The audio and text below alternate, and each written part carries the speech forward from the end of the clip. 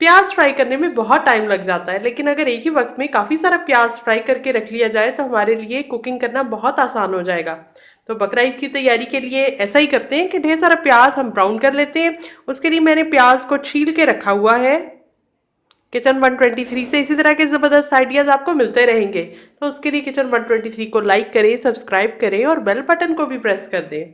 तो ये जो छिले हुए प्याज हैं, इसके अंदर से यहाँ पर जो एक येलो हिस्सा होता है उसको हम निकाल देंगे, क्योंकि उसकी वजह से प्याज जो है वो जुड़ा हुआ होता है। अब प्याज के जैसे भी आप स्लाइसेस करें, बस आप चाहे मोटे स्लाइस करें हो या पतले करें हो, बस इस बात का आपने ख्याल रखना है कि उनका साइज़ तकरीबन एक जैसा होना चाहिए। अगर छोटे बड़े होंगे तो फिर कोई कच्चा रह जाएगा और कोई जल्दी पक जाएगा।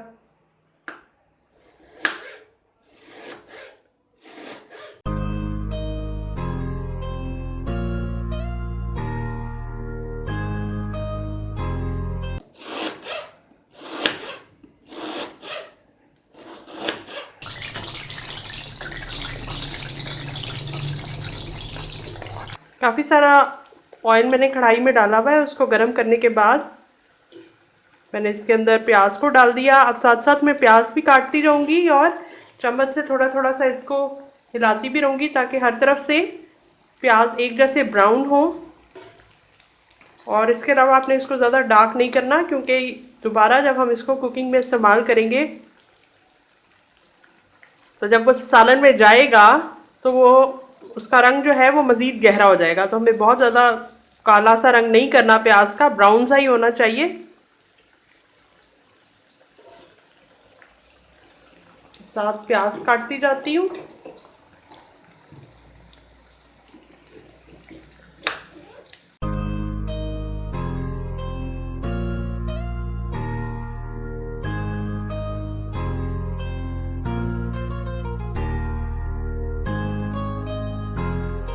ये देखिए, प्याज की ये वाली कंडीशन है, लाइट ब्राउन इसका कलर है। तो मैं इसको निकाल के इस तरह से फैला रही हूँ।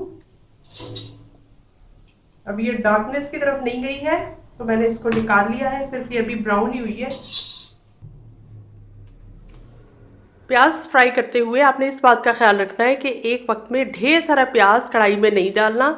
जितना आप ऑयल उसमें डाल रहे हैं उसके हिसाब से ही प्याज डालें। जैसे ये मेरे पास जो प्याज थी, इसको 3 बैचेस की सूरत में मैंने ब्राउन किया है। ये जो प्याज ठंडी हो गई ब्राउन होने के बाद, उसको मैंने इस जार के अंदर भर लिया। ये भी सारी प्याज ब्राउन हुई हुई है। आप देखें, हर एक के ऊपर एक जैसा ब्राउन का शेड आया हुआ है, लेकिन ब्लैक नहीं हुई और ना ही कहीं से सफ़ेद है। तो ये परफेक्टली ब्राउन प्याज है। इस तरह से शीशे के जार में मैं भर रही हूँ, जिसका ये इस तरह से एयर टाइट टाइप का ढक्कन है। ये इस पर लगा दूंगी। बहुत ठोस के मैंने नहीं इसको भरना, हाथ से प्रेस नहीं किया, वैसे इसको स्पेस बनाने के लिए ऐसे कर दिया है। प्याज के ठंडा होने के बाद ही इसको मैंने बॉटल में भरा है। गरम को आप भर देंगे तो फिर इसमें नमी सी हो जाएगी। तो कितनी आसानी से तैयार हो गई मेरी इतनी ढेर सारी ब्राउन प्याज। इससे मेरा कुकिंग का काम बहुत ही आसान होने वाला है। और मैं आपसे कल मिलती हूँ एक और कमाल की रेसिपी के साथ। हमारे चैनल को लाइक करें, शेयर करें, सब्सक्राइब करें और ये बेल बटन जरूर दबा दें, ताकि जो भी मैं अपनी न्यू वीडियो अपलोड करूँ आपको फौरन नोटिफिकेशन मिल जाए।